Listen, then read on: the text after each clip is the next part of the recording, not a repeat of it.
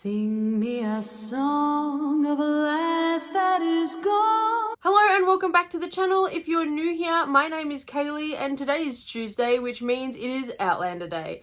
So here on the channel, every single Tuesday, I bring out a different Outlander inspired video to basically keep me entertained during Droughtlander.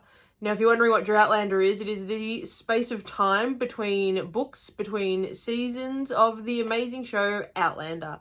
Outlander is a fantastic book series that was then turned into a TV show and has just found itself a incredibly large fandom. So like most Outlander fans, especially those who are in love with the TV series, we generally have the TV series on just constant repeat. I myself start from season 1, I watch all the way through to the end of season 5, which is what we're currently at. And then I just go back to the start and start it again. I'm just obsessed with this show. But my favourite season of all was season 1. And I thought, what better way, as I'm slowly watching every single episode again, why not do a recap for each episode? So today I want to talk about the very first episode that was ever aired called Sassenach. Now, I loved this episode. It felt like it went for 20 minutes. I was so enthralled in what was happening, and I remember watching it for the first time and I legitimately thought, wow, that's a really short episode. And then I realized, no, I was just that into it that it just flew by. So when we first come into the episode and we get to meet Claire and Frank and we discover, their history a little bit, that, they've been through the war and now they're going to try and reconnect. I just love how it's very real in the space of, they have to go on this honeymoon to sort of bring themselves back together. That's something that I do believe most people would need to do. They would need to have that time to reconnect after such an extensive period of time apart.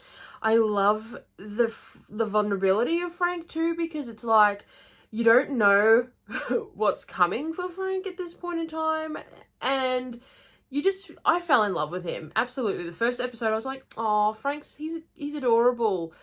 Like, yeah, poor Frank. And then when she went through the stones, I was heartbroken for Frank. And I was like, oh, okay, see you, Frank.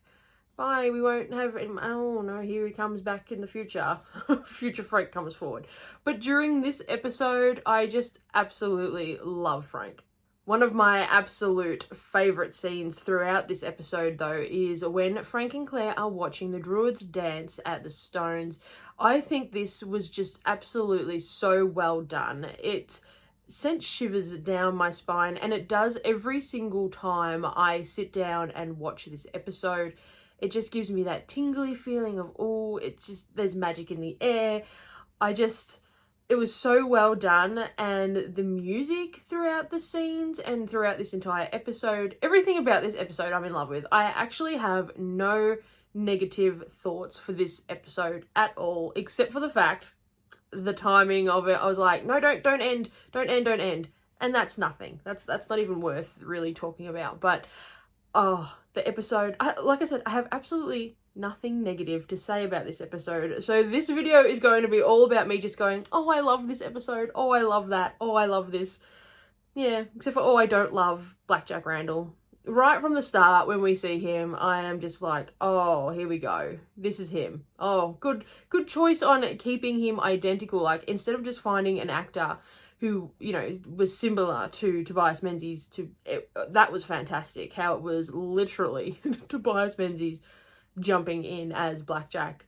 That was fantastic, because in my mind I thought that they were going to have, before I knew about castings or anything like that, I really thought that they were just going to have two separate actors but have them like very, very similar in looks, and you'd be like, oh yeah, they're definitely related. But that was just fantastic how it was just, no, it's just Tobias Menzies. He gets double dip roles, and now I'm conflicted because I love Frank at this point in time, but I despise Blackjack. I thought that was just absolutely amazingly done. Also, the scenery in this entire episode absolutely captivates me. So that obviously we have Inverness, and when Claire and Frank are together, when they're driving along in their car and you see all the beautiful mountains and the backdrops, it's absolutely awe-inspiring. Even down to when Claire has gone through the stones and, you know, the fighting is happening a bit right before she meets Blackjack, and running through the I want to say shrubbery, but it's not shrubbery, running through the bush, not bush either, that's running through the forest, I don't know. When she's running through, it's just like everything to me screams beautiful Scotland, and it just, the captivation of it all, you automatically want to go there as a viewer. You're like, that looks beautiful, I'd love to go there.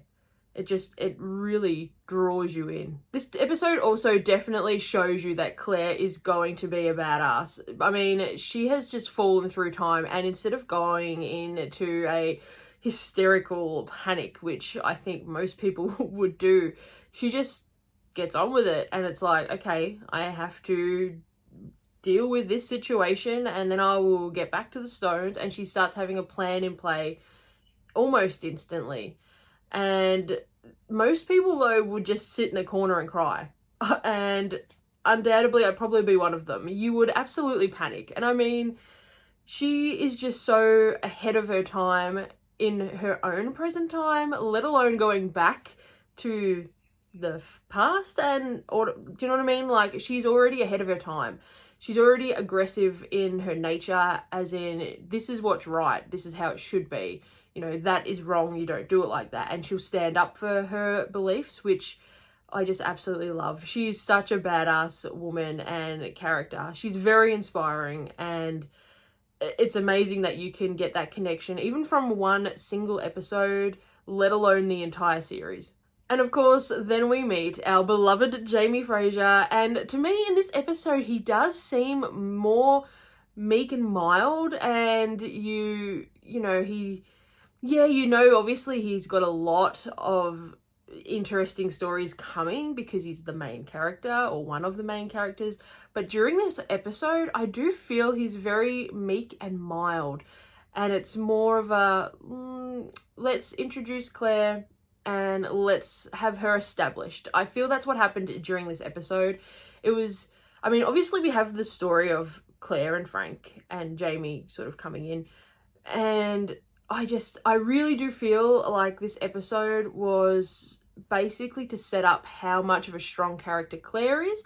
And then Jamie just got a little bit of a, hi, I'm Jamie, I'm going to be your future heartthrob and everyone's going to love me sort of vibe. But yeah, he just sort of, I felt he was real meek and mild. Now, that's not to say I didn't automatically instantly love him, because like most Outlander fans, I most certainly do and did, and for probably ever will. I'd love to know what your favorite part of episode 1 season 1 is. Please drop it in the comments below. What was your most favorite scene? What actually shocked you when you watched the series for the first time? And how many times have you watched the series over and over and over again? I love to know, because I want to know I'm not the only one that has it on repeat 24/7. Literally every night when I go to bed, I'll put the TV on because I just can't sleep without background noise, and it is Outlander every single night, just without fail. It's repeated, repeated, repeated. So once again, this video is a short and sweet one. I am not very good at recapping episodes I have just discovered whilst trying to film this. I think it's because my mind is ahead, and I just keep bringing future thoughts in, like, oh yeah, that happened, but then this happens later on. But I am most certainly going to try my best to recap the episodes.